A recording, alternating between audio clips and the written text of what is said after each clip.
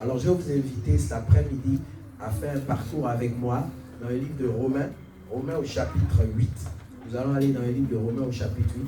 Je bénis le Seigneur pour la vie de son serviteur, le pasteur Junior et son épouse et toute cette équipe qui travaille ici dans le cadre de ce ministère. Je suis convaincu que ce ministère va aller très loin. Amen, amen, amen. Un ministère qui va aller loin, ce n'est pas parce qu'il est explosif, c'est à cause de la profondeur du ministère. Le temps que vous passez dans la prière, c'est ce qui fait, qui est, en fait, comment je vais dire ça, la prière, c'est l'ingrédient dont vous avez besoin pour pouvoir peaufiner tout ce que Dieu vous a appelé à faire. Un chrétien qui ne prie pas, c'est le pire des péchés. Le chrétien qui ne prie pas, c'est comme quelqu'un qui refuse de respirer. Parce que la prière, c'est le souffle de vie du chrétien. Amen. C'est ce qui fait que le chrétien tient. Il y a quelqu'un qui a dit que le chrétien sur ses genoux est plus puissant que le philosophe sur la pointe de ses pieds. Le philosophe, il se tient debout et puis il dit, je sais, je connais. Mais le chrétien, il se met à genoux et dit, Seigneur, je ne sais pas. Amen. Je ne connais pas. Et là, Dieu descend et Dieu intervient. Vous savez, quand vous lisez la Bible, faites très souvent attention. Les enfants d'Israël pleuraient quand ils étaient en Égypte. En d'autres termes, ils intercédaient. Ils demandaient, est-ce que le Dieu de nos pères, le Dieu d'Abraham, le Dieu d'Isaac, le Dieu de Jacob, où est-ce qu'il est? Pourquoi on est dans la servitude? Pourquoi on est des esclaves?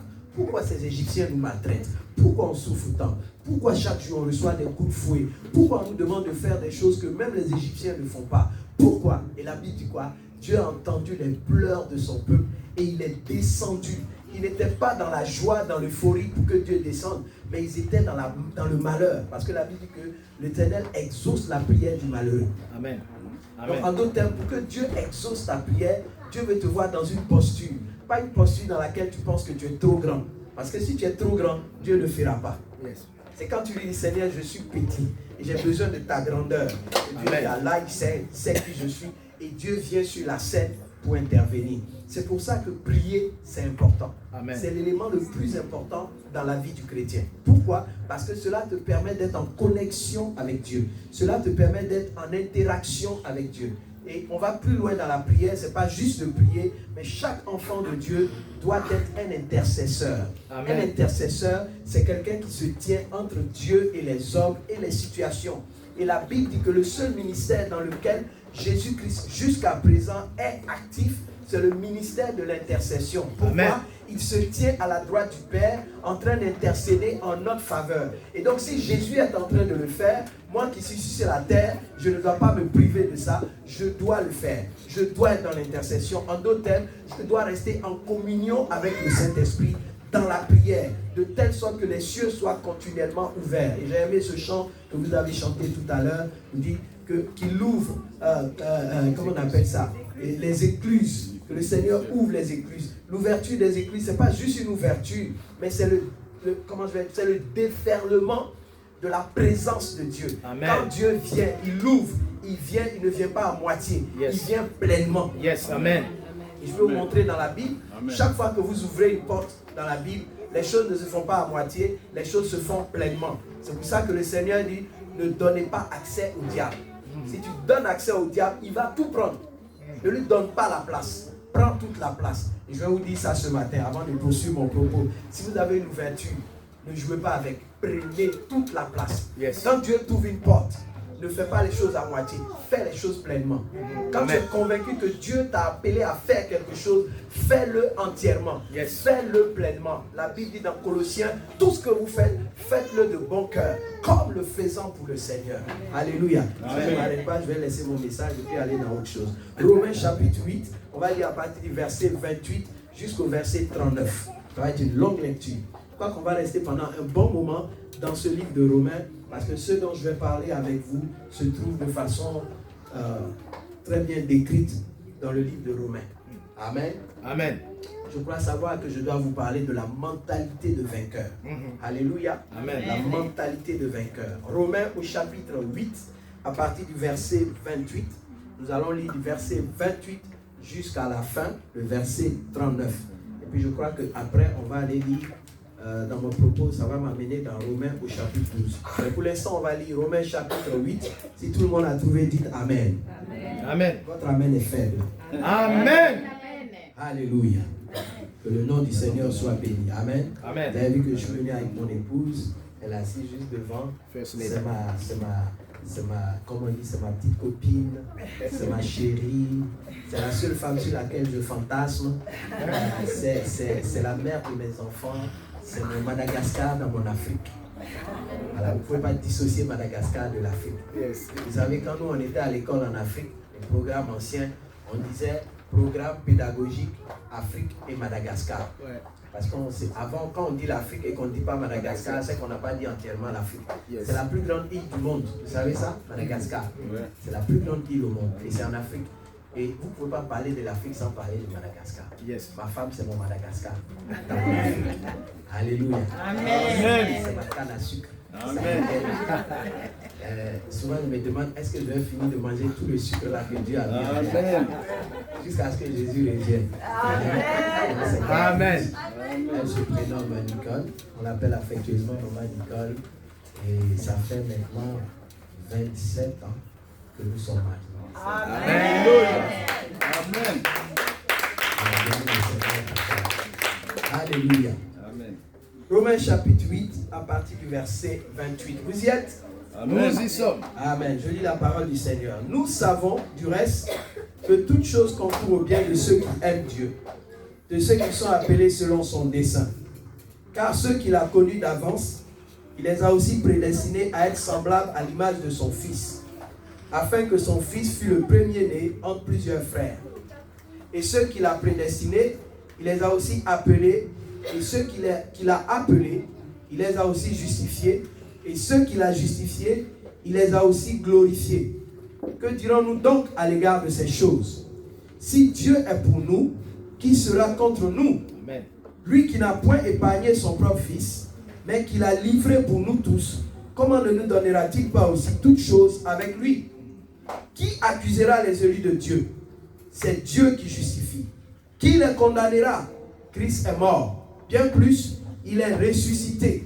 Il est à la droite de Dieu et il intercède pour nous. Qui nous séparera de l'amour de Christ? Sera-ce la tribulation, ou l'angoisse, ou la persécution, ou la faim, ou la nudité, ou le péril, ou l'épée? Selon qu'il est écrit, c'est à cause de toi qu'on nous met à mort tout le jour, qu'on nous regarde comme des brebis destinées à la boucherie.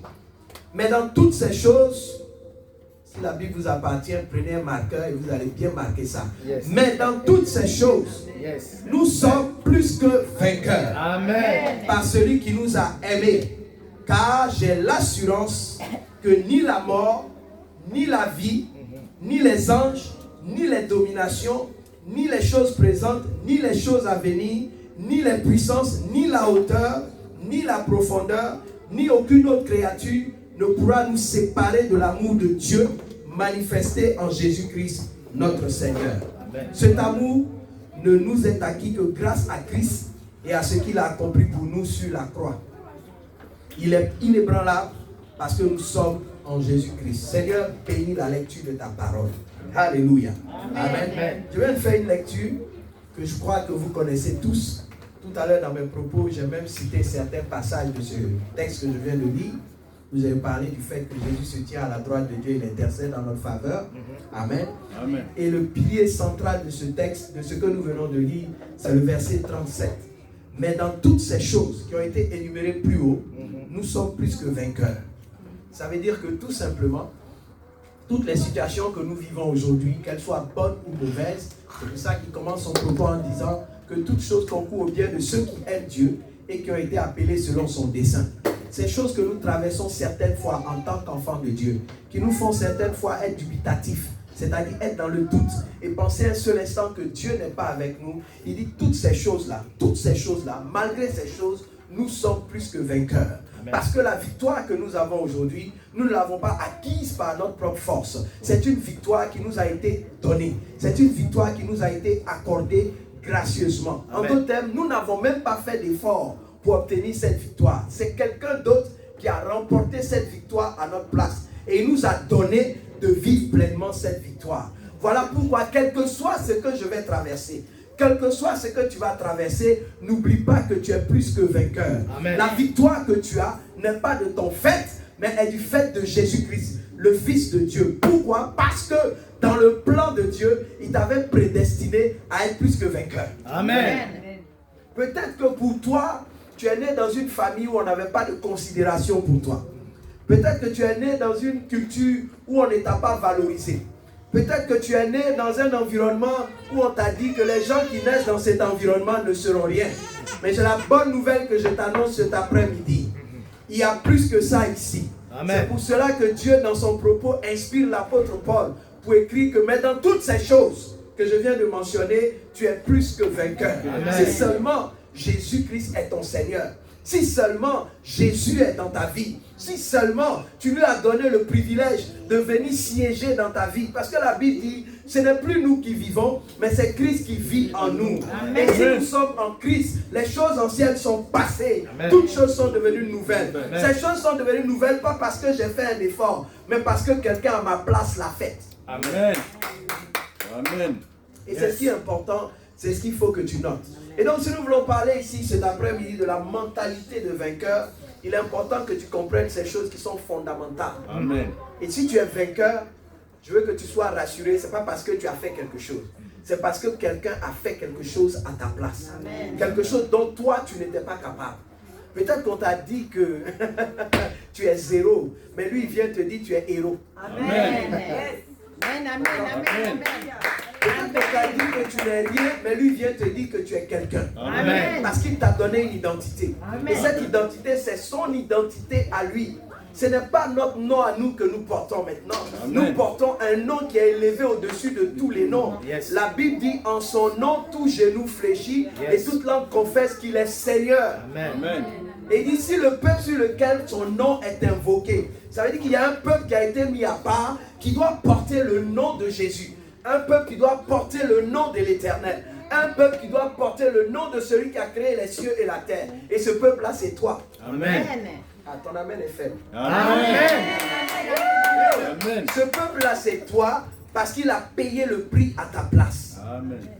Humainement parlant, quand nous réalisons un peu d'où nous venons, nous savons très bien qu'il n'était pas possible pour nous de réaliser ces choses-là. Amen. C'était pas possible. Je vais aller du début jusqu'à la fin. La loi a été donnée parce que les hommes étaient incapables de faire ce que Dieu les a appelés à faire. Yes. La loi n'existait pas. La loi est venue à cause du fait que l'homme a désobéi. Vous savez, il peut y avoir une loi dans un pays. Vous ne la connaîtrez pas jusqu'à ce que vous fassiez une bêtise. C'est le jour où on vient vous attraper, on dit, monsieur, vous avez fait une faute. Tu dis, comment j'ai fait la faute? On dit, tu as volé. Tu dis, non, je n'ai pas volé, je pensais que c'était normal pour moi de prendre. On dit, non, on ne prend pas. Il y a un texte de loi qui dit ça. Tu dis, mais moi, je ne savais pas, mais maintenant, aujourd'hui, tu sais. Oui. La loi vient te révéler que ce que tu faisais n'était pas bon. Yes. Mais avant la loi, existait ce qu'on appelle la grâce. Et cette grâce, elle a été perdue à cause de la désobéissance. Oui, quand Dieu crée l'homme et qu'il le met dans le jardin d'Éden, Dieu l'environne de grâce. Yes. Parce que c'est cette grâce-là que Jésus vient nous redonner. Yes. Quand il dit dans Jean au chapitre 10, verset 10, yes, moi je suis venu pour vous donner la vie, yes, et la vie en abondance. L'homme primitif, c'est-à-dire le premier homme, il avait déjà cette vie et cette vie en abondance. Mais sa désobéissance a fait qu'il a perdu la vie et la vie en abondance et s'est imposé à lui la loi. Et quand la loi est venue, il devait faire maintenant des efforts. Il doit faire attention. Quand tu es conscient de la loi, tu dis, je ne dois pas faire ça. Je dois pas. Mais quand tu es sur la grâce, tu t'en fous, tu es libre. Parce que tu ne t'inquiètes de rien. Parce que, comme disent les Anglais, il y a quelqu'un qui te tient par derrière. Somebody's holding my back. Est-ce que vous voyez? Parce que tu sais qu'il y a quelqu'un qui te porte, tu ne t'inquiètes pas. Et c'est dans cette configuration que Jésus nous a ramenés. Mais malheureusement, beaucoup d'entre nous, on pense qu'on est encore dans la configuration de la loi. Pourquoi? Parce qu'il y a l'accusateur des saints qui est là pour te rappeler ton passé. Pour te dire, toi, tu n'es rien. Regarde ton papa, il n'a rien fait pour toi. Ta maman n'a rien fait pour toi. Est-ce que tu as été longtemps à l'école? Dieu s'en fout de ça. Ce que Dieu regarde, c'est sa parole. Yes. Et c'est ce que Dieu veut que tu développes. C'est ça qui va te permettre d'avoir une mentalité de vainqueur. Amen. La mentalité de vainqueur va reposer sur la foi. Amen. Amen. La mentalité de vainqueur va reposer sur ce que tu as entendu Jésus te dire. Amen. Parce que c'est seulement ça qui va te permettre de tenir. Yes. Et donc quand Paul ici énumère toutes ces choses, quand vous prenez le texte là, il a été intitulé par les érudits la victoire. Romains chapitre 8, verset 28 à 39. Si vous prenez certains, vous allez voir, ils ont écrit la victoire. Parce que dans ce passage, Paul veut mettre l'accent sur ce qui est important pour nous aujourd'hui. De savoir que ce que nous sommes en train de vivre, nous ne le vivons pas par nos faits, mais c'est parce que Dieu a établi cela dans les cieux. C'est quelque chose que Dieu a arrêté. C'est pour ça qu'il a dit que ceux qu'il a connus d'avance, il les a aussi prédestinés. Il ne les a pas seulement destinés, mais il les a prédestinés. Avant qu'on ne parle de destin, Dieu avait déjà prédit cela. C'est pour ça que nous sommes un peuple prophétique. Amen. Amen. Nous ne sommes pas un peuple accidentel. Nous ne sommes pas un peuple qui est arrivé par hasard. Dieu nous avait choisi déjà. Il nous avait lavé. Il nous avait purifié et mis à part pour lui. Donc c'est pour ça qu'il dit, ceux qu'il a connus d'avance, il les a aussi prédestinés à être semblables à qui? À être semblables à l'image de son Fils. Amen. C'est pour ça que je dis, pour développer une mentalité de vainqueur, il faut marcher selon Christ. Il faut avoir la foi, pas n'importe laquelle, la foi qui vient de ce que l'on entend du Christ, de la parole de Dieu. Parce que sans elle, tu ne peux pas plaire à Dieu. Et plaire à Dieu, c'est marcher dans la victoire. Amen. Alléluia. Amen. Il les a prédestinés à être semblables à l'image de son Fils, afin que son Fils fût le premier-né entre plusieurs frères. Jésus est notre exemple. Jésus est notre modèle. Jésus est notre référence. C'est à lui que nous regardons. Si nous voulons vivre dans la victoire, c'est seulement selon le modèle de Jésus. Parce qu'il est la victoire faite chair. Amen. Amen. Et c'est ce que Paul veut que tu retiennes. Parce que vous savez, quand vous entendez mentalité, le mot mentalité, c'est-à-dire c'est un concept. Il faut que tu sois dans ce concept-là. Il faut que tu sois dans un système où tu fais les choses pour aller effectivement vers la victoire. Avoir l'état d'esprit d'un vainqueur, l'attitude d'un vainqueur, la compétence d'un vainqueur, l'aptitude d'un vainqueur, marcher comme un vainqueur, travailler comme un vainqueur, chanter comme un vainqueur, danser comme un vainqueur, faire tout comme un vainqueur. Amen. Et si vous prenez la Bible, vous allez voir que beaucoup de personnages de la Bible qui ont marché dans cette dimension de victoire, la Bible les a appelés les héros de la foi. Certaines personnes que vous avez vues dans la Bible, vous n'avez pas vu trop d'histoires sur eux, mais on mentionne leur nom dans comment on appelle ça, dans le livre d'Hébreux, où on parle des héros de la foi. Pourquoi? Parce que c'est des personnes, avant même de voir Jésus aujourd'hui là, comme nous aujourd'hui on le voit à travers les Écritures parce qu'il a existé physiquement, eux ils avaient vu Jésus par la foi. Et parce qu'ils ont vu Jésus par la foi, ils ont été victorieux dans l'Ancien Testament. Vous pouvez les citer tous, Moïse, Josué, Samson, etc. Toutes ces personnes, Gédéon, c'est des personnes qui ont marché par la foi. Sans la foi, il est impossible de plaire à Dieu. Mais dans quelle posture tu vas te mettre pour marcher dans cette dimension de foi que Dieu veut que tu aies? Romains chapitre 12. Prends ta Bible et nous allons voir ça. Romains chapitre 12.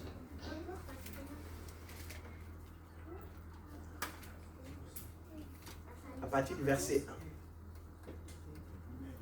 L'apôtre Paul écrit toujours. Il dit, je vous exhorte donc, frères, par les compassions de Dieu, à offrir vos corps comme un sacrifice vivant, saint, agréable à Dieu.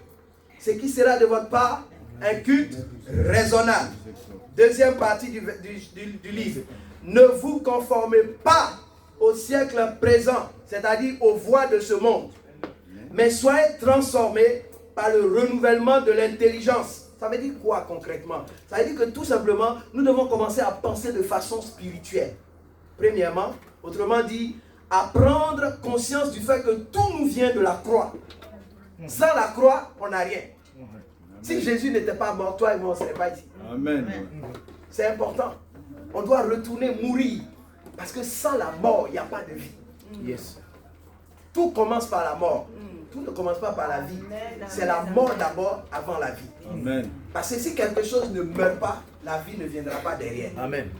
Quand une femme doit faire un enfant, il fallait que des cellules se rencontrent et que certaines meurent pour que d'autres aillent plus loin, pour qu'un enfant naisse. Et le jour où l'enfant naît là, il y a quelque chose qui meurt. Parce que c'est pas quand l'enfant sort, il y a certaines choses qu'on enlève pour jeter. On ne garde pas ces choses. Amen. Pourtant, ça faisait partie de l'élément, l'environnement dans lequel l'enfant était. Yes. La mort précède toujours la vie. Amen. C'est pour ça que l'apôtre Paul, par révélation, a dit la mort est un gain. Yes. Et Jésus lui-même, il a méprisé l'ignominie. Il n'a pas eu honte de la croix. Il allait mourir parce qu'il savait qu'après la croix, il y avait la gloire. Amen. Si tu ne meurs pas, tu ne peux pas vivre. Et l'apôtre Paul met l'accent sur ces choses pour nous faire comprendre que c'est important et que nous ne sommes bénis que par la foi et non par nos œuvres. Et je continue la lecture, il dit, afin que vous discerniez quelle est la volonté de Dieu, ce qui est bon, agréable et parfait. Romains chapitre 12, verset 1 à 2. C'est la posture que tu dois avoir en tant que disciple de Jésus qui va développer, marcher dans une mentalité de vainqueur. Pourquoi je dois marcher dans la mentalité de vainqueur? Parce que j'ai des bonnes œuvres que Dieu a préparées d'avance pour moi que je dois accomplir. Si je n'accomplis pas ces œuvres, je suis perdant. Vous savez, la Bible dit les projets de l'Éternel pour nous sont des projets de paix et de bonheur. Yes. Ce ne sont pas des projets de malheur. Pourquoi des projets de paix et de bonheur? Pourquoi? Parce que Dieu veut nous donner une espérance et un avenir radieux et glorieux. Ça veut dire que Dieu ne t'a pas sauvé pour juste te laisser comme ça. C'est pour ça que la Bible fait cette recommandation. Maintenant que tu es sauvé là, travaille à ton salut. Amen. Travailler à ton salut, c'est Amen. quoi? C'est garder cette victoire que le Seigneur t'a donnée gracieusement. Amen. Alléluia. Amen. Et Paul met l'accent là-dessus. Il dit deux choses que vous devez faire. Vous devez vous offrir à Dieu d'abord, comme un sacrifice vivant. N'oublie pas que tu ne t'appartiens plus. Tu appartiens à Jésus, qui a rapporté la victoire à la croix. Amen. Et si tu appartiens à Jésus, donne-toi entièrement à Jésus. Ça ne veut pas dire que tu ne travailles pas. Ça ne veut pas dire que tu ne te maries pas. Ça ne veut pas dire que tu ne fais pas des enfants. Mais dans tout ce que je suis en train de mentionner là, donne-toi entièrement à Jésus. Amen. Amen. Amen. L'une des raisons qui fait que beaucoup de chrétiens sont paresseux, c'est parce qu'ils déforment ce que Dieu a dit. Ah, moi je dois servir Dieu, donc je ne vais pas travailler. Tu es un paresseux. Le diable t'a blagué. Oui. J'ai entendu même des serviteurs de Dieu qui disaient, ah, moi je dois servir Dieu, donc je ne travaille pas. J'ai dit, tu dois servir Dieu, donc tu ne travailles pas.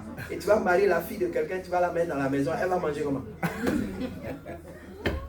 Non, répondez-moi.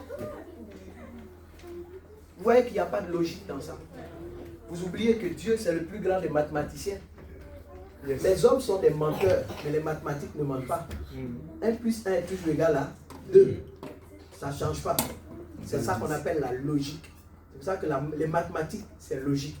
Et Dieu est mathématicien. Il ne mélange pas les choses. C'est pour ça que Paul, par révélation, dit que tout soit fait avec ordre et bienséance. En mathématiques, si tu fais une faute, c'est une faute. On ne va pas dire non parce qu'il manquait un petit 1 là. Non. 1 plus 1 est égal à 2. Si tu fais 1 plus 1 est égal à 1,5, c'est 0. Le prof, il ne va pas te donner très bien, il va mettre 0. C'est faux ou bien c'est pas faux? C'est faux. C'est ça la foi. On ne peut pas changer la parole de Dieu.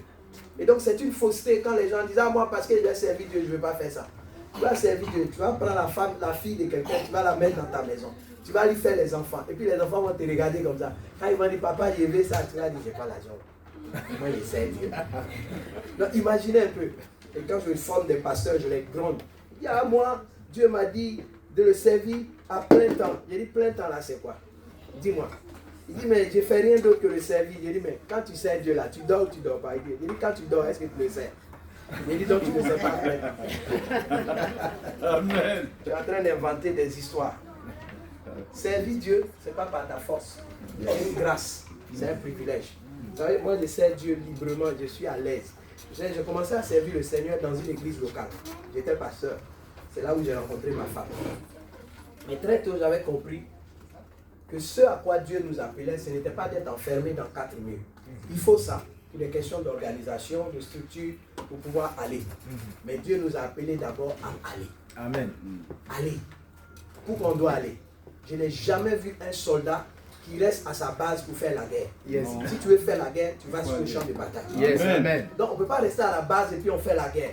On reste à la base pour s'entraîner, pour mettre en place des stratégies et puis on sort pour aller sur le champ de bataille pour faire la guerre. Amen. Et nous sommes des soldats pour Christ. Amen. La guerre là, ce n'est pas dans 4 murs. Yes. Ce qu'on fait dans 4 murs là, on s'échauffe, on se prépare, on se conditionne, Yes. on se prépare et puis on dit bon, maintenant on est prêt, on sort.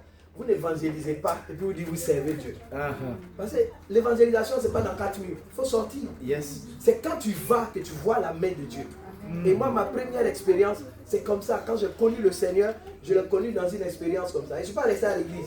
J'ai reçu Jésus à l'église et puis je suis allé dehors et j'ai vu la puissance de Dieu. Et j'ai compris, j'ai dit, ah, c'est là-bas, là, Dieu veut se manifester. Amen. Parce que quand il vient là, on est entre nous. C'est comme un club.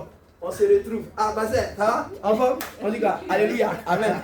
Ça sera béni. Hé, ma soeur, on dit quoi? Alléluia. Amen. Dieu dit, tu as fini de faire ça. Sors. Il y a quelqu'un qui est en train de mourir. Il y a quelqu'un qui est malade. Amen, Il y a quelqu'un qui est possédé par un démon là-bas. Yes. Va le délivrer. Yes. Notre rôle, c'est aller libérer les captifs. Yes, amen. Mais si on s'assoit, on veut développer une mentalité de vainqueur. On est toujours entre nous, on est assis à la maison. Puis on dit, je suis un vainqueur. Je suis un vainqueur. Le diable est dehors et puis il te regarde. Il dit, tu es vainqueur, viens. Yes, yes. Ça vous fait rire, c'est la vérité. Amen. Toute vérité est parallèle. Yes, yes. Ce que tu sais naturellement, c'est pour ça que Jésus parlait certaines fois en parabole. Une parabole, c'est quoi? Il prenait le connu pour leur faire connaître l'inconnu. Est-ce qu'eux, ils savaient toujours que le vin nouveau, on met dans de nouveaux fruits? Mais Jésus va répéter ça pour qu'ils comprennent une vérité spirituelle. Que ce qui est de Dieu, on ne met pas dans n'importe quoi. Est-ce que vous comprenez? Yes. Donc c'est pour ça que très souvent, il va utiliser des paraboles. 75% des propos de Jésus sont paraboliques. Pourquoi? Parce que les gens ne captaient pas. Il fallait qu'ils prennent des images pour leur faire comprendre.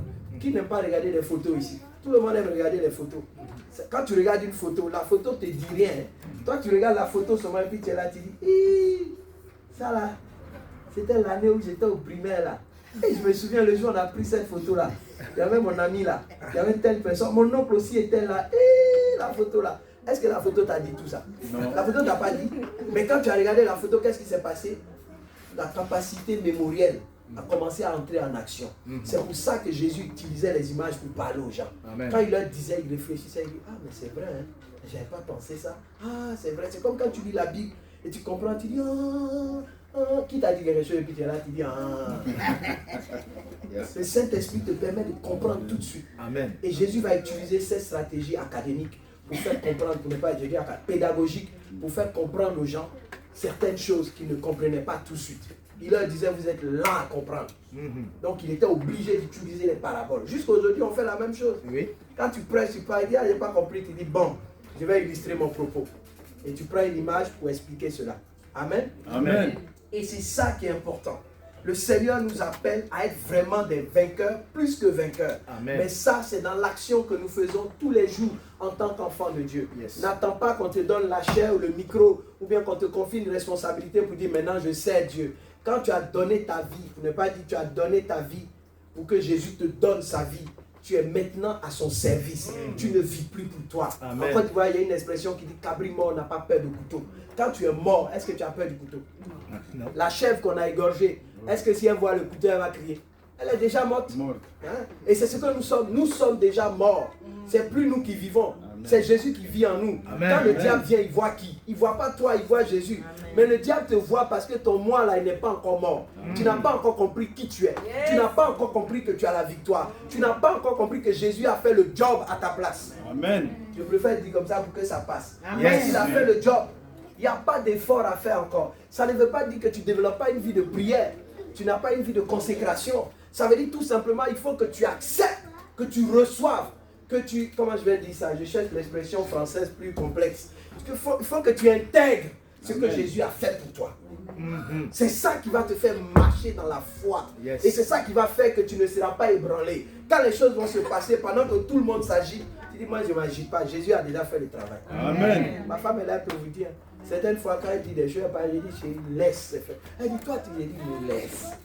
Moi, c'est ma dimension de foi, c'est pas elle. Mais ça doit la rassurer. Est-ce que vous comprenez? C'est pour ça la Bible dit, deux valent mieux qu'un. Quand un est faible, l'autre peut fortifier l'autre. Et c'est ça, la foi en Jésus-Christ doit nous amener à nous dépasser, doit nous amener à faire des choses, Amen. à réaliser de grandes choses. Amen. Amen. Amen. Alléluia. Amen. Amen. Et tu dois t'offrir à Dieu comme un sacrifice vivant, ce qui sera un culte raisonnable. Et deuxièmement, marcher dans le renouvellement de ton intelligence. Quand il parle ici, il est en train de parler de ta mentalité, comment tu vois les choses. C'est ça. Maintenant, qu'est-ce que tu mets dans ton mental? Qu'est-ce que tu mets dans tes réflexions? Est-ce que tu es là en train de regarder Netflix seulement? Tu es concentré sur les choses, en train d'écouter ce que tout le monde raconte sur les réseaux sociaux. Les gens passent leur journée à critiquer les pasteurs, les serviteurs, les servantes de Dieu. Vous êtes devenus férus de ça. Quand ils sont en train de parler de ces choses, c'est là où vous êtes connectés. Lui, il est en train de parler de tel pasteur. On dit l'affaire comme ça. Dieu est assis sur son trône et puis il te regarde et dit, mon enfant, tu perds ton énergie dans ça là. Alors que tu as des choses plus importantes à faire. C'est pour ça que le Seigneur s'est fâché un moment, il a dit aux disciples, les enfants de ce monde sont plus sages que vous. Parce que les enfants du monde là, eux, quand ils ont décidé de faire quelque chose, ils sont dedans. Je vais vous montrer quelque chose, ça va peut-être vous faire rire, mais c'est la vérité. Vous savez, un musulman, quand l'heure de prière arrive, tu n'as qu'à mettre le milliard sur la table. Il va te dire, mon frère, attends, on va prier d'abord. Mais les chrétiens, tu déposes 100 000. Tu dis, l'heure de prière, il dit, attends. C'est la vérité. Parce qu'on n'est pas discipliné. Alors qu'on s'est fait appeler disciple. Un disciple, il est discipliné. Il sait ce qu'il veut. Il écoute la voix de son maître. Vous savez, Jésus dit, il dit, mes brebis connaissent ma voix. Comprenez? Les brebis là, connaissent la voix de leur berger. Vous avez déjà vu les bergers aller dans les régions où il y a des... Même ici en France, les bergers, ils se mettent des sons. Les brebis entendent, ils reconnaissent. Une autre personne n'a qu'à faire, ils ne vont pas partir. Mais nous là, une autre personne siffle seulement, on est là-bas. Crie, crie, crie. Pourquoi? Excusez-moi, mais parce que certaines fois on est indiscipliné. On n'est pas des disciples. Un disciple, il est discipliné.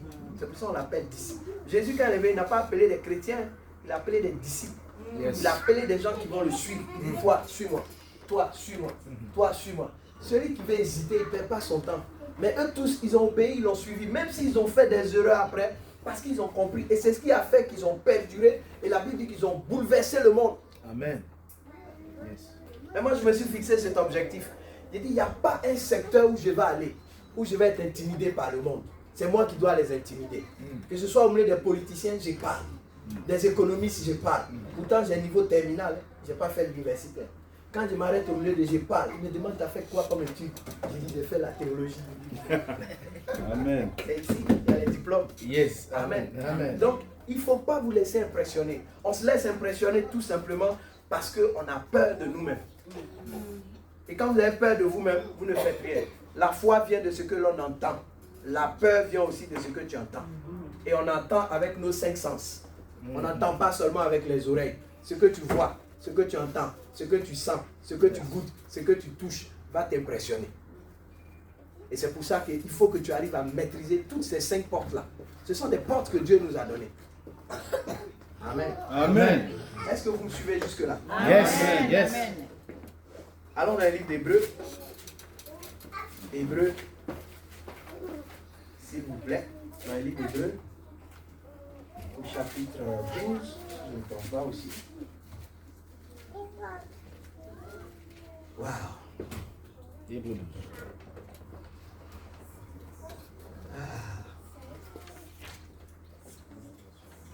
Hébreux au chapitre 12.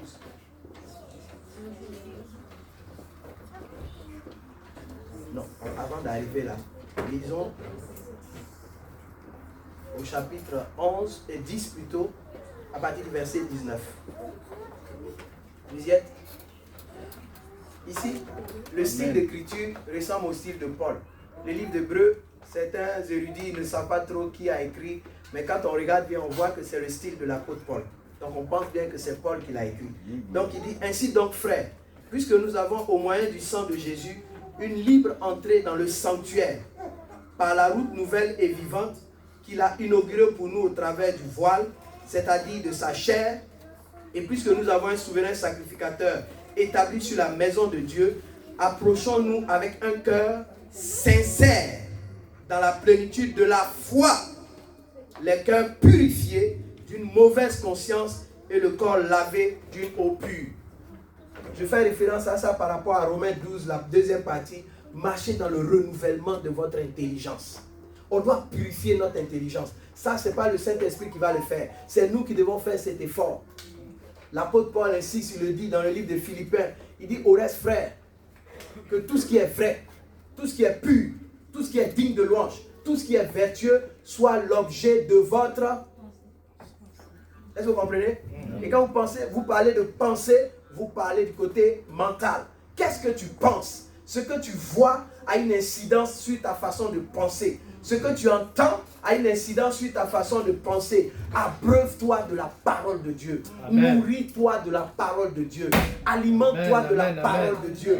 Pour que toute ta vie devienne comme une éponge. Yes. Que la parole imprègne, remplit. Alléluia. Amen. Et ça va te permettre de faire la différence. Et moi, j'ai compris ça il y a plus de 30 ans. Quand j'ai donné ma vie à Jésus, ce livre-là, Romains chapitre 12, c'était mon livre de référence. Quand j'ai compris, offrez-vous à Dieu comme un sacrifice vivant, ce qui sera de votre part un culte raisonnable. J'avais compris tellement ça que j'étais devenu fou. Chez moi à la maison, on disait tu es malade. Je ne voulais plus rien faire. Je passais tout mon temps à prier, à jeûner, à prier, à jeûner. Maintenant, je ne fais plus trop ça parce que là-bas, j'étais en train d'épargner. Yes. Amen. Yes. Yes, on comprend. Yes. Il y a un temps pour toutes choses. Maintenant, si je jeûne, je prie, c'est une fois en passant. Parce que là-bas, je me préparais, j'étais en train de me bâtir. Et je passais mon temps à lire la parole de Dieu. Je ne comprenais pas tout, mais je lisais. Je ne sais pas combien de fois j'ai lu la Bible. De Genèse jusqu'à Apocalypse. Je lisais, je m'asseyais toute la journée, je lisais. Mais je ne comprenais pas que j'étais en train de déposer en moi quelque chose. Pourquoi? Parce que le Saint-Esprit, quand il va agir dans ta vie, il prend ce qui est en toi et puis il t'éclaire. C'est pour ça que la Bible dit, quand il sera venu, il va glorifier Jésus. Amen. Il prendra de ce qui est à lui et de lui et il vous le donnera pour que votre joie soit parfaite. Amen. Amen. C'est capital et important. La mentalité de vainqueur, vous l'aurez que lorsque vous marcherez dans la foi, lorsque vous allez vous appuyer sur la parole de Dieu. Si vous croyez pleinement à cette parole, vous allez voir la gloire de Dieu comme jamais auparavant. Vous savez, Marthe et Marie, les sœurs de Lazare, elles ont dit à Jésus, si tu étais là, Lazare ne sera pas mort.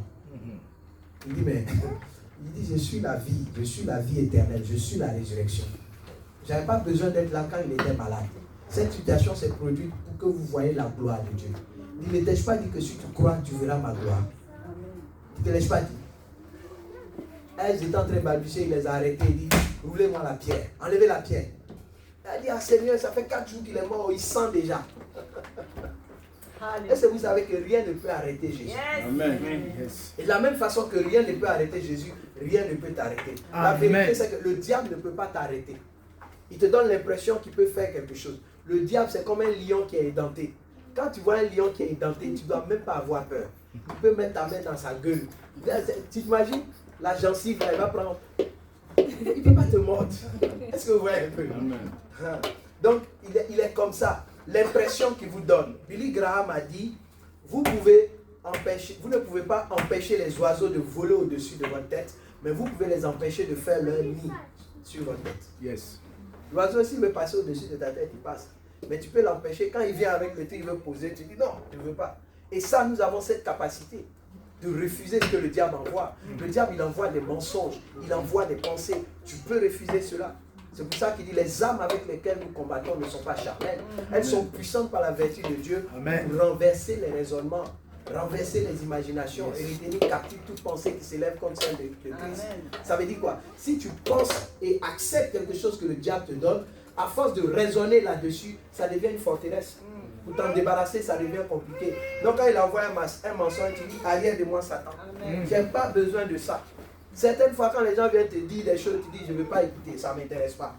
Je veux que tu viennes me dire, frère, édifions-nous dans le Seigneur. Est-ce qu'on peut prier ensemble parce que je veux grandir, je veux croître dans le Seigneur. Je préfère ça. Mais si tu viens me dire, ah, pasteur, est-ce que tu es au courant que Junior, il a acheté une nouvelle chaussure rouge, un pantalon bleu, ferme ta bouche, ça ne m'intéresse pas. Amen. Alléluia. Je vous dis des choses crues comme ça pour montrer que la vie chrétienne, ce n'est pas une vie où on vient pour être dans le sensationnel. Yes. C'est une vie, c'est la vraie vie. C'est la vraie vie. Et il y a des réalités dans cette vie qu'on doit comprendre. Comme dit mon père spirituel, il y a les règles d'engagement dans la vie chrétienne. Rules of engagement. Les règles d'engagement. C'est comme si tu es dans une organisation, il y a ce qu'on appelle le règlement intérieur. D'accord? Dans la vie chrétienne, c'est la même chose. Le règlement intérieur, il est là. Si tu ne t'en imprègnes pas, si tu ne t'en inspires pas, tu ne vas pas comprendre pourquoi tu vis certaines choses. Moi, j'ai appris à ne pas paniquer. Quoi que ce soit qui se passe, je ne panique jamais. Parce que mes paniques ne vont pas changer la situation. Amen. Mes peurs ne vont pas changer la situation. Je reste calme. Pendant que tout le monde est en train de dire, ah, il y a ça, toi tu dis rien. Je dis, calmez-vous. Attendez, on va voir. Dieu a permis ça. Est-ce qu'il n'y a pas quelque chose que Dieu veut nous apprendre ici là? Regardons, analysons avant de nous précipiter pour faire des choses.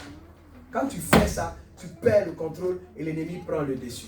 Amen. Et c'est pour ça d'ailleurs, je répète encore, le Seigneur ne donnez pas accès au diable. Lorsque vous ouvrez une petite brèche, l'ennemi il rentre, il frappe, il fait les dégâts. Donc soyez hermétiques. La Bible dit résistez au diable. Amen. Et il s'enfuira loin de vous. Yes. Amen. Alléluia. Amen. Alléluia. Amen. Et donc gardez ça précieusement. C'est par la foi que vous allez développer une mentalité de vainqueur. La foi en la parole de Dieu. Croyez ce que Dieu vous dit et rien d'autre. Yes. Parce que si Dieu l'a dit, il le fera. Mais il va le faire comment? Avec toi. Amen. Pourquoi? Parce que quand tu entends la parole de foi, tu la mêles de foi et tu la mets en action. Quand vous entendez quelque chose de Dieu, n'allez pas dormir avec, travailler avec. Je dis toujours aux gens, quand tu entends une parole prophétique, va prier à la parole. Je viens te dire tout de suite, ma soeur, l'année prochaine, tu auras un fils. Tu dis, papa a dit, j'aurai un fils. Et puis tu t'en vas, tu dors. Pendant que toi, tu as entendu la parole, le diable aussi a entendu la parole. Yes. Il va tout faire pour que ça n'arrive pas. Vous pensez que le jour où l'ange Gabriel est arrivé chez Marie, Lucifer, il connaît Gabriel. Ils étaient là-bas ensemble. Il est sur terre et puis il voit Gabriel qui descend du ciel. Il dit, lui là, il va où? Je vais aller voir. Qu'est-ce qu'il fait? Il arrive et il entend tout. Gabriel qui dit à Marie, tu vas porter un enfant. Il dit, ah bon? Dès que Gabriel est parti, le diable a mis en place son système. Qu'est-ce qu'il a fait? Il a mis en place le recensement. Le recensement veut dire quoi? Marie doit se déplacer pour aller dans sa région, dans son département pour se faire recenser. Avec sa grossesse, elle n'a pas de voiture, elle n'a pas de charrette. Comme en marché, elle risque de perdre la grossesse. Il a commencé à attaquer déjà là. Depuis au stade embryonnaire, il a commencé à attaquer Jésus. Elle est partie faire le recensement. Maintenant, pour accoucher, il faut accoucher où? Chez la sage-femme. Il n'y a pas de sage-femme, il n'y a pas de maternité. Il cherche. Dieu les conduit dans une étable. Et c'est dans une mangeoire que Marie accouche. Tout ça pour qu'elle perde l'enfant. Il veut tout faire pour que l'enfant là ne naisse pas. L'enfant que Gabriel est venu parler de lui là, Satan ne va pas laisser ça.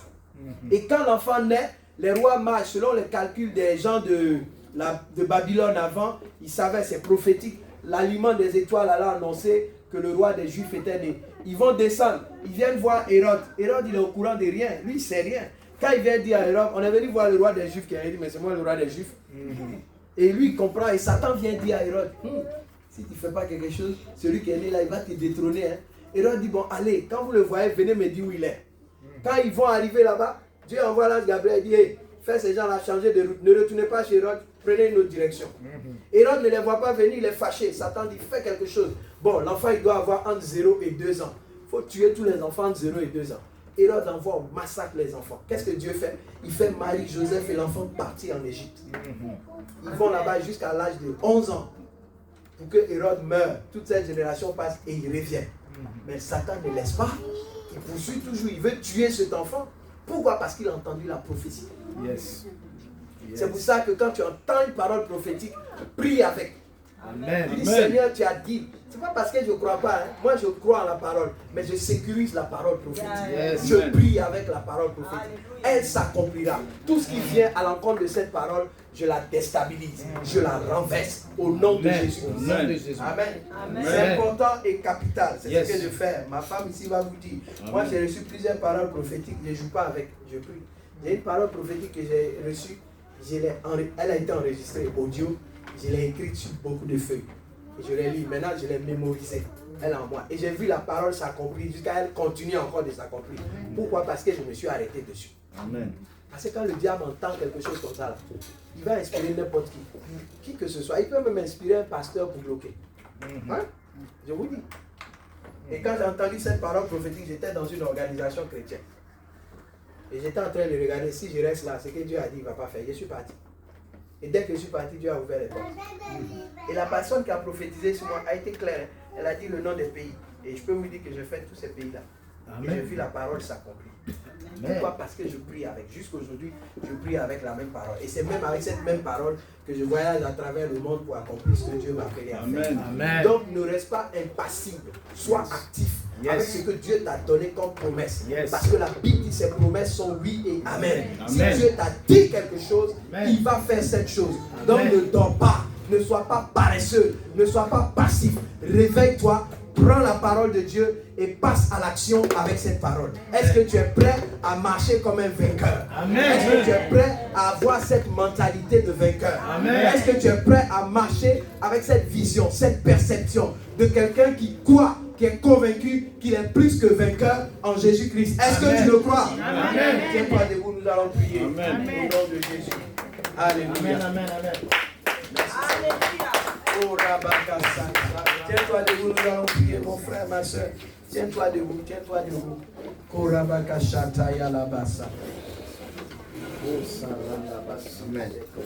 J'espère que je n'ai pas été trop long. Mais l'heure est venue pour toi de comprendre que tu es plus que vainqueur. Et le fait d'être plus que vainqueur, ce n'est pas juste un slogan, mais c'est parce que Dieu t'a prédestiné à cela. Il t'a appelé à vivre dans la victoire. Et la victoire, c'est dans tout son sens. Ce n'est pas juste une victoire spirituelle, mais c'est une victoire dans tous les aspects de ta vie. Une victoire dans ta vie sentimentale, ta vie maritale, une victoire dans ta vie professionnelle, une victoire dans ta vie économique, une victoire dans ta vie psychologique, une victoire dans ta vie mentale, une victoire dans ta vie morale, une victoire dans ta vie financière, une victoire dans ta vie relationnelle, une victoire dans ta vie familiale, une victoire dans l'éducation de tes enfants, une victoire dans tous les aspects de ta vie. Tu es plus que vainqueur en Jésus-Christ. Parce que tu n'es pas la queue, tu es la tête. Tu es au-dessus et non en dessous. Tu es le premier et non le dernier. Lève ta main droite devant le Seigneur cet après-midi. Tu veux dire simplement merci au Seigneur pour ce que tu as appris, pour ce que tu as entendu. Dans tout ce que j'ai dit, tu n'as peut-être pas tout retenu. Mais il y a un aspect de mes propos sur lequel le Saint-Esprit a attiré ton attention. Sur lequel le Saint-Esprit t'a arrêté. Et ce matin, pour ne pas dire cet après-midi, sur cet aspect-là, tu veux voir la victoire. La victoire dans ta vie. La victoire dans ta marche. Et je voudrais que tu remercies le Seigneur pour ce que tu as entendu. Maintenant que tu as la main levée devant lui, dis merci Seigneur. Merci pour cette grâce. Merci pour cette faveur. Merci pour cet honneur de me rappeler que je suis plus que vainqueur en toi. Mais que cette victoire, je ne l'ai pas eue par mon fait. C'est toi qui l'as obtenue pour moi. Afin que je puisse marcher, oui, dans la grandeur, oui, dans l'honneur, oui, dans la noblesse, oui, dans la dignité. Korabaka Shatayama, Ekatalama Sukatayama, Ekaparia Nasula de Kantalamanusa, Bari Atusa, Paria Kataba, Limabo Shatakabaya. Merci Seigneur, Korabada Santa, Yete Gebroshita Kalamadosha, Fayalabado Salamamaya, Yamako Shatabaya Lamadosa, Ikataramadosa Takabaya. Au nom puissant de Jésus, merci Seigneur. Merci pour ta parole. Merci, merci Seigneur. Au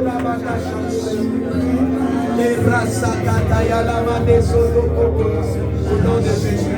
Maintenant, pose cette main sur ta tête. Kadero Sata. Mets cette main que tu as levée sur ta tête. Kabrando Sata. Et dis après moi, Seigneur Jésus. Ce jour, sur la base de ta parole, je déclare, je confesse que je suis plus que vainqueur en toi, mon Seigneur, mon Dieu, mon Rédempteur, pour la gloire de ton nom. Pendant que ma main est sur ma tête, je décrète que mon intelligence est renouvelée. Mes pensées sont purifiées. Je décrète et je déclare que j'ai une mentalité de vainqueur.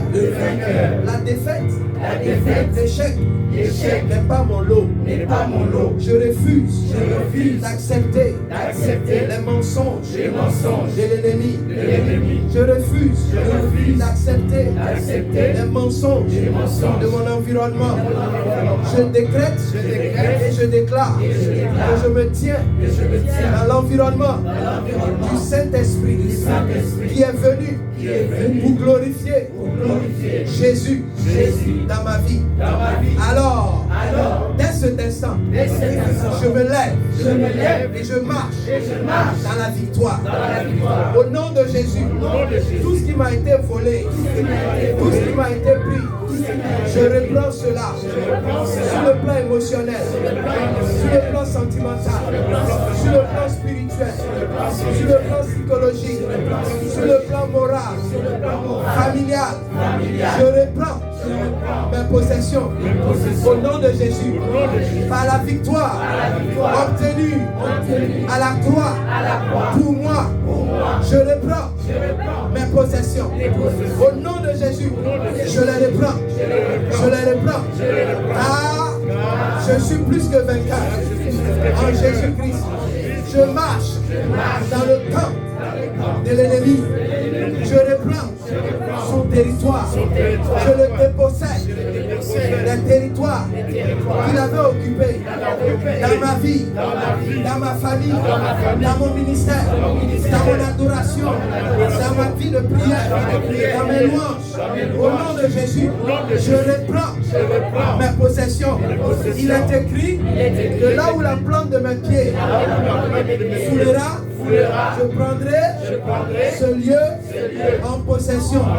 Par la foi, je pose les pieds dans le territoire de l'ennemi et je reprends ma possession volée au double, au nom de Jésus. Maintenant tu vas prier, tu vas battre les mains. Attendez, tu vas battre les mains, tu vas battre les pieds. Et je veux que tu visualises. Pendant que tu pries, en battant les mains, tu es en train d'amasser, tu es en train de rassembler tout ce que tu avais perdu parce que tu pensais que tu étais défaitiste, tu pensais que tu avais échoué. Et en battant les pieds par terre, tu es en train d'écraser. La Bible dit bientôt, Satan sera écrasé sous nos pieds et sa place est sous nos pieds. Alors tu prends tes possessions et tu mets des limitations à l'ennemi. Tu places une injonction à l'ennemi. Bas les mains, bas les pieds. Prie au nom de Jésus et lève ta voix et prie en langue. Prie en langue et visualise que tu reprends ta possession. Tu reprends ta possession. Tu reprends ta possession. Au nom de Jésus, je reprends ta possession. Je reprends ta possession. Je reprends ta possession. Tout ce que l'ennemi m'a volé, je le reprends. Au nom de Jésus, je place une injonction. Je place une injonction sur le territoire de l'ennemi. Je limite l'ennemi. Au nom puissant de Jésus, Shadamaya,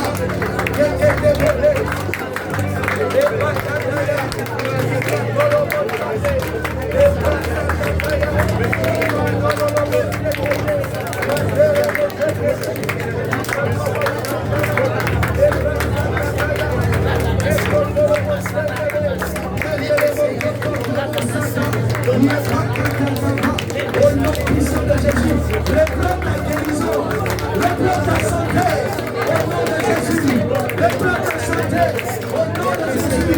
L'ennemi t'a volé ta vitalité, il t'a volé ta force, tu reprends cela, au nom de Jésus. Le sein de la maison de l'Éternel, tu reprends cela, au nom de Jésus. Tu reprends ta vie de prière, ta vie de consécration, ta vie d'adoration, ta vie de louange. Tu reprends cela, au nom de Jésus.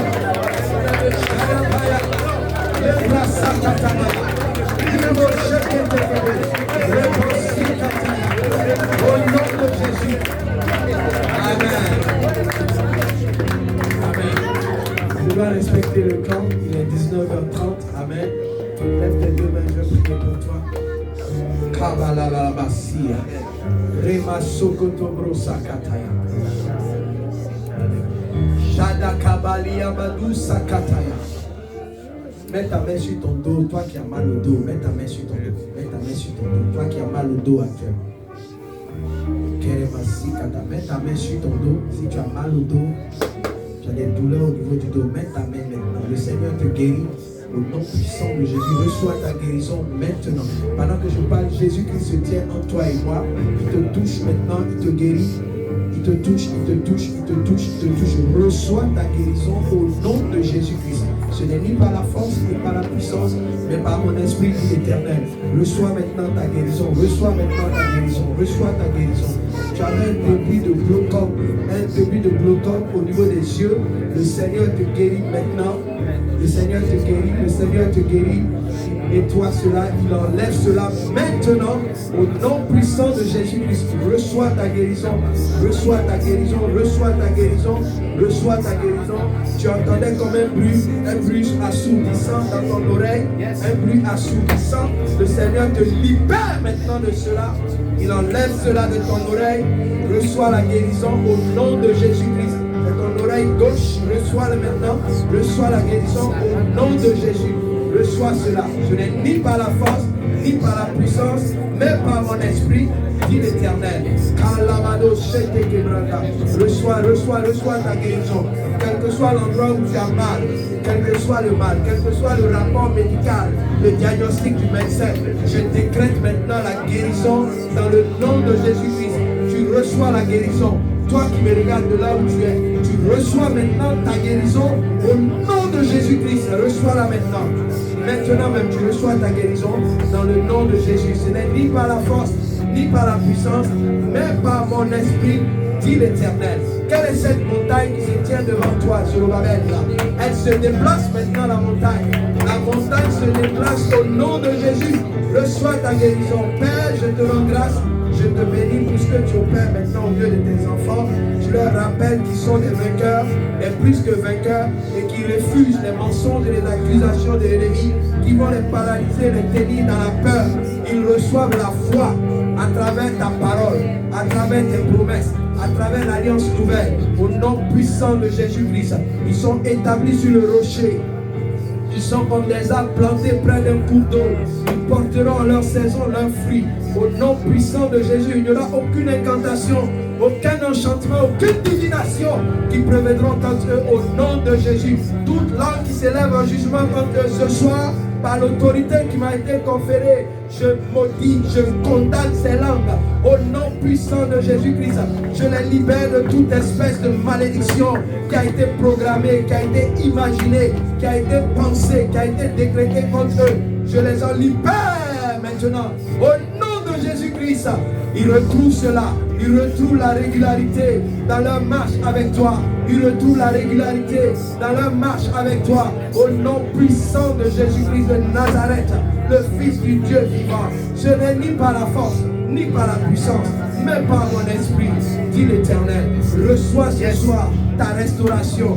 Reçois ce soir ta libération. Reçois ce soir ta libération. Reçois ce soir ta libération. Au nom puissant de Jésus-Christ. Merci Seigneur. Que ta paix qui surpasse toute intelligence soit le lot et le partage de ce peuple. Tu vas ordonner leur pas dans les sentiers de la justice. Amen.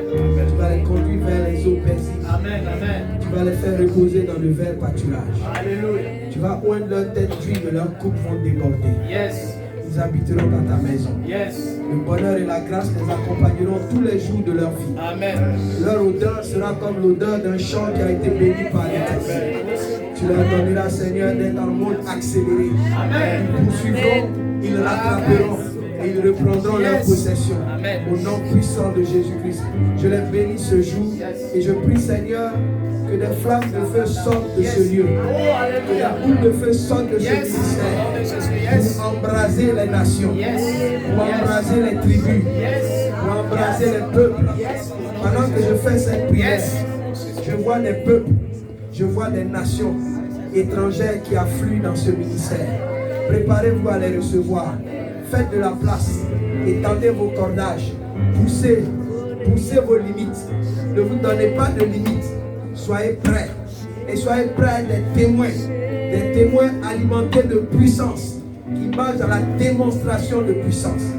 Au nom puissant de Jésus-Christ, tu oins leur tête d'huile et leur vie déborde. la main tu feras affaire. Prospéreront, réussiront. Nous marcherons dans le leur. Nous marcherons dans le beurre. Le ciel au-dessus d'eux sera favorable. Au nom puissant de Jésus-Christ, je les bénis ce jour. Merci, Papa, pour ce que tu fais au sein de ce ministère.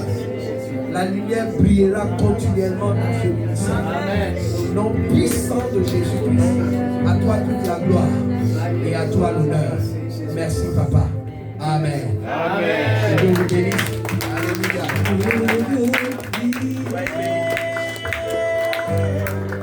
Toujours prier, prier jusqu'à ce que tu m'exauces. Je veux prier, je veux prier. Toujours prier.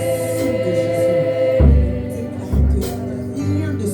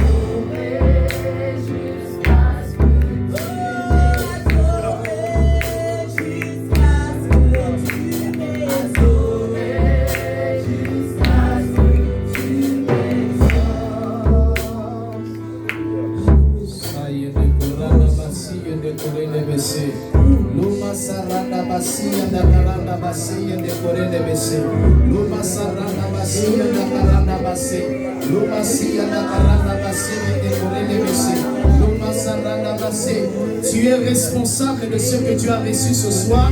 Tu es responsable de ce que tu as entendu de la bouche de l'Éternel au travers de ton serviteur. Tu es responsable de ce qui est descendu du ciel et qui t'a été donné de la part du royaume des cieux dans le nom de Jésus-Christ. Cette parole prophétique qui a été donnée, cette parole afin que tu vis dans cette vie de victoire qui t'a été accordée, qui nous a été donnée, nous sommes responsables et nous voulons prier jusqu'à l'exaucement, jusqu'à l'accomplissement, travailler à notre salut, travailler à ce que l'Éternel a déclaré, travailler à la prophétie, à la révélation de ce qui est écrit dans les livres du ciel, au nom de Jésus-Christ, à notre égard, à ton égard. Seigneur, fais de nous des disciples, fais de nous des travailleurs, fais de nous, Seigneur, ces personnes qui sont attentionnées, Seigneur.